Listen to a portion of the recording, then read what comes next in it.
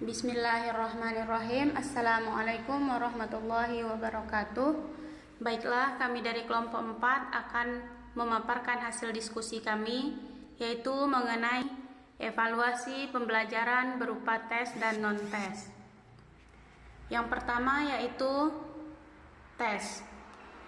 Tes adalah alat pengukur yang mempunyai standar yang objektif, sehingga dapat digunakan secara mulus, serta dapat betul-betul digunakan untuk mengukur dan membandingkan keadaan psikis atau tingkah laku individu.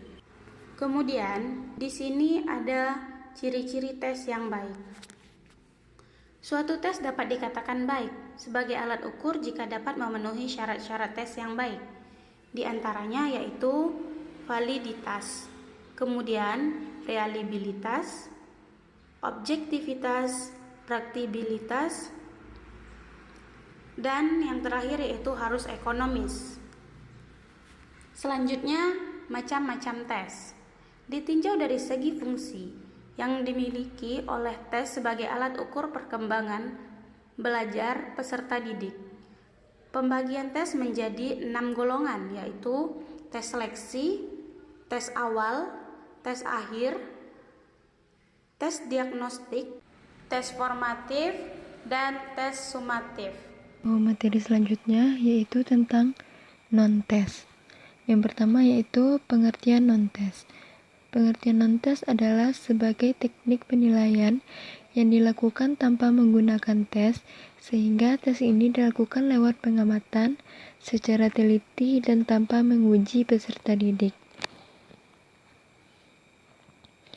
Yang kedua yaitu jenis-jenis non-tes. Yang pertama yaitu pengamatan atau observasi. Novel O. Magaleb, Sriwijaya University, menurut Sudiono, pada tahun 2009, observasi adalah cara menghimpun bahan-bahan keterangan atau data yang dilakukan dengan mengadakan pengamatan dan pencatatan secara sistematis terhadap fenomena yang sedang dijadikan sasaran pengamatan. Yang kedua yaitu wawancara. Wawancara merupakan salah satu bentuk instrumen evaluasi jenis non-tes yang dilakukan melalui percakapan dan tanya jawab, baik secara langsung tanpa alat perantara maupun secara tidak langsung. Wawancara bertujuan untuk memperoleh informasi untuk menjelaskan suatu kondisi tertentu, melengkapi, menyelidikkan ilmiah, atau untuk mempengaruhi situasi atau orang-orang tertentu. Yang ketiga yaitu skala sikap. Sikap merupakan suatu kecenderungan tingkah laku untuk berbuat sesuatu dengan cara, metode, teknik, dan pola tertentu terhadap dunia sekitarnya, baik berupa orang-orang maupun berupa objek-objek tertentu. Selanjutnya yaitu daftar cek. Daftar cek adalah suatu daftar yang berisi subjek dan aspek-aspek yang akan diamati. Daftar cek dapat memungkinkan guru sebagai penilai pencatat tiap-tiap kejadian yang betapapun kecilnya, tetapi dianggap penting. Selanjutnya, skala bertingkat. Instrumen skala penilaian memberikan solusi atas kekurangan daftar cek yang hanya mampu mencatat keberadaan fenomena-fenomena tertentu. Skala penilaian memungkinkan pengamat untuk mengetahui keberadaan fenomena tertentu sekaligus mengukur intensitas fenomena tersebut dalam tingkatan-tingkatan yang telah disusun. Selanjutnya, angket. Dalam skala penilaian fenomena yang akan dinilai itu disusun dalam tingkatan-tingkatan yang telah ditentukan. Jika tidak hanya mengukur secara mutlak ada atau tidaknya variabel tertentu, tetapi jauh mengukur bagaimana intensitas gejala yang diukur. Selanjutnya, studi kasus. Studi kasus adalah studi yang mendalam dan komprehensif terhadap peserta didik, kelas atau sekolah yang memiliki kasus tertentu.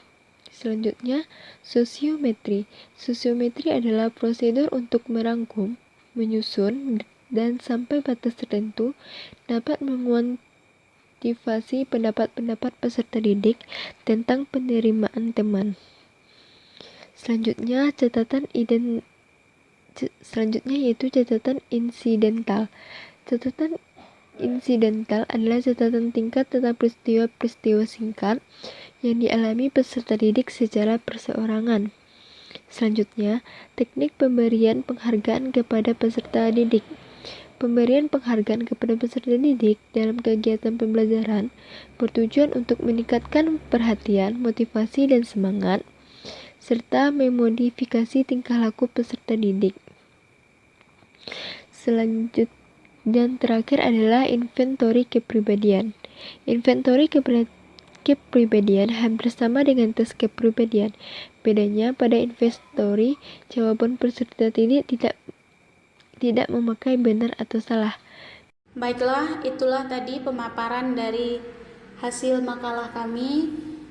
Lebih dan kurangnya kami mohon maaf. Assalamualaikum warahmatullahi wabarakatuh.